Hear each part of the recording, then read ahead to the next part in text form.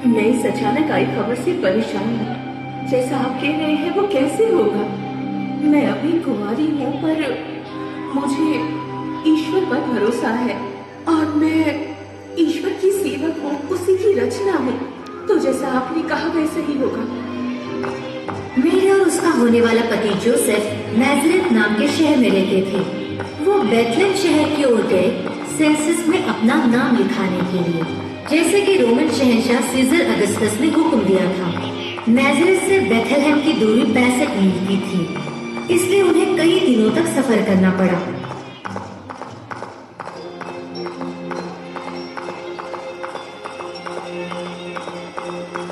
Joseph और Mary Bethlehem पहुंच गए। मैरी, लौटने तक तुम यहीं ठहरो। चाहो तो थोड़ा आराम कर लो। मैं आज रात यहाँ ठहरने का बंदोबस्त करता हूँ। जोसेफ रहने के लिए जगह ढूंढ रहा था, लेकिन सारी जगह पहले से ही भरी हुई थी। क्या तुम्हें कोई जगह मिली? अब तक तो मुझे कोई जगह नहीं मिली है। उन्होंने अपनी रात एक अस्तबल में निकाली, एक ऐसी जगह जहाँ जानवरों को रखते हैं।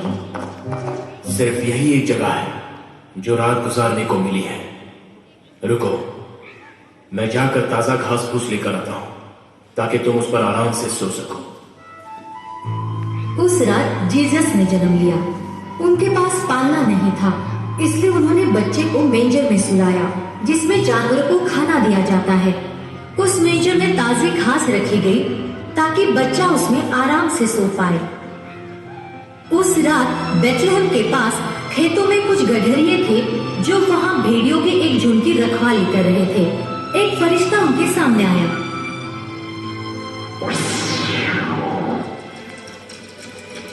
मेरे पास आप लोगों के लिए खुशखबरी है कि ईश्वर के अवतार ने जन्म लिया है। क्या? एक अवतार? क्या हम उसे देख सकते हैं? बताओ हमें कि वो कहाँ है। तुम उसे मेंजर पर लेटा हुआ पाओगे।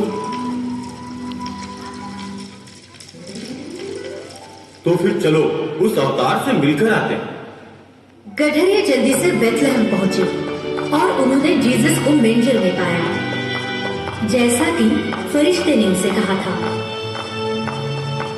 क्या मैं जान सकती हूँ आप लोग कौन हैं?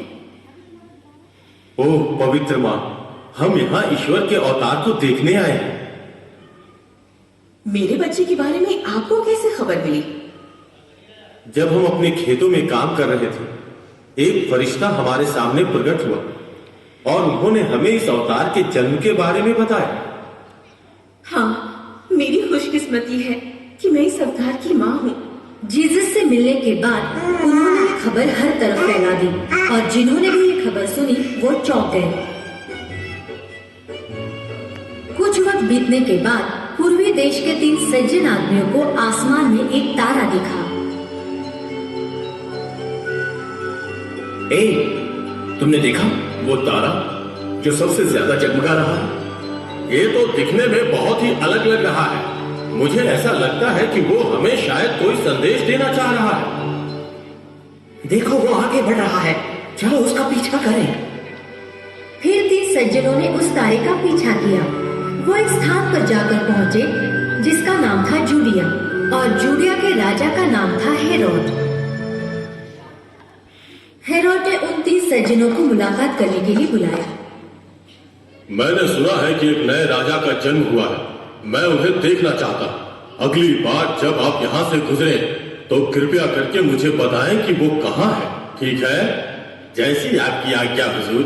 हम लौटते वक्त आपको इत्तला करेंगे। उन तीनों ने तारे का पीछा जारी रखा। वो तारा सीधा अस्तबल के ऊपर पहुंच गया और गायब हो गया। वो 3 सज्जन अस्तबल के अंदर चले गए। ये हमारे नए राजा।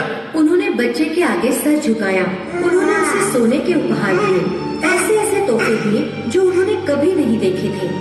उस रात जब सभी सो रहे थे, एक सज्जन को सपना आया। लौटते समय राजा हेरोड के पास मत जाना, उससे मुलाकात मत करना। अगले दिन 3 सज्जनों ने घर जाने के लिए दूसरा रास्ता चुना।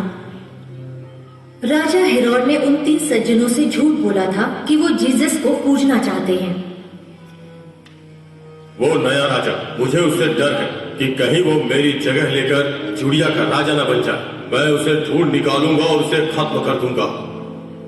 उसे ये बात पता नहीं थी कि जीसस बड़ा होकर देवताओं का राजा बनेगा, धर्म का राजा, ना कि सिर्फ जूड़िया का राजा। राजा हेरोड उन तीनों सज्जनों का इंतजार कर रहे थे।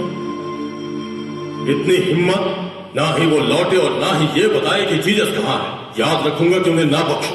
कोई बात नहीं, मैं अपने सिपाहियों को बैतलहम भेजूंगा और उन्हें आज्ञा दूंगा कि वे 2 साल से कम के सारे बच्चों को मार दें। मुझे यकीन है कि उन सभी बच्चों में जीसस भी होना चाहिए। बेथलेहम में जोसेफ को एक सपना आया। जोसेफ, इजिप्ट की ओर जाओ। राजा हेरोड जीसस को मारने के लिए उसे ढूंढ रहे हैं, इसलिए इजिप्ट चले जाओ जहां वो मुनासिब रहेगा। अगले दिन सुबह मैरी, तैयार हो जाओ, हमें ये जगह जल्द से जल्द छोड़नी होगी। ऐसा क्यों हुआ? क्या हम लोग अपने घर वापस नहीं जा सकते? नहीं, फिलहाल इस बारे में कुछ बात नहीं करेंगे। मैं सफर के दौरान तुम्हें सब बता दूंगा।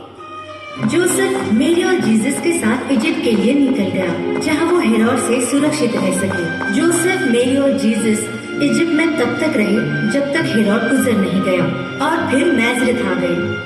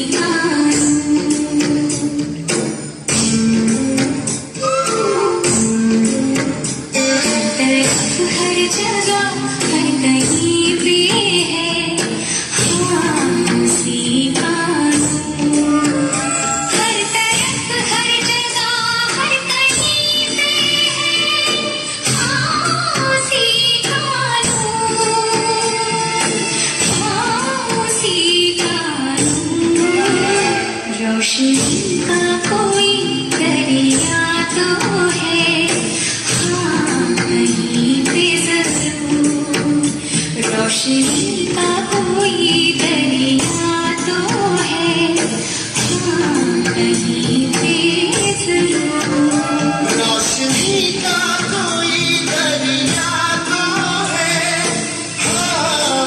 यहीं पे शुरू